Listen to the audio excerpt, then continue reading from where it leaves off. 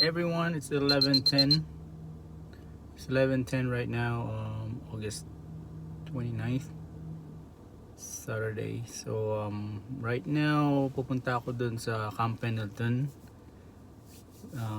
Look at the of course visit the base. Punta ako sa beach. It's been a while.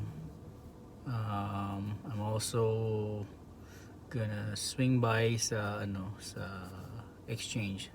So come with me. We'll have a good time. Weather's perfect. It's gorgeous. It's nice.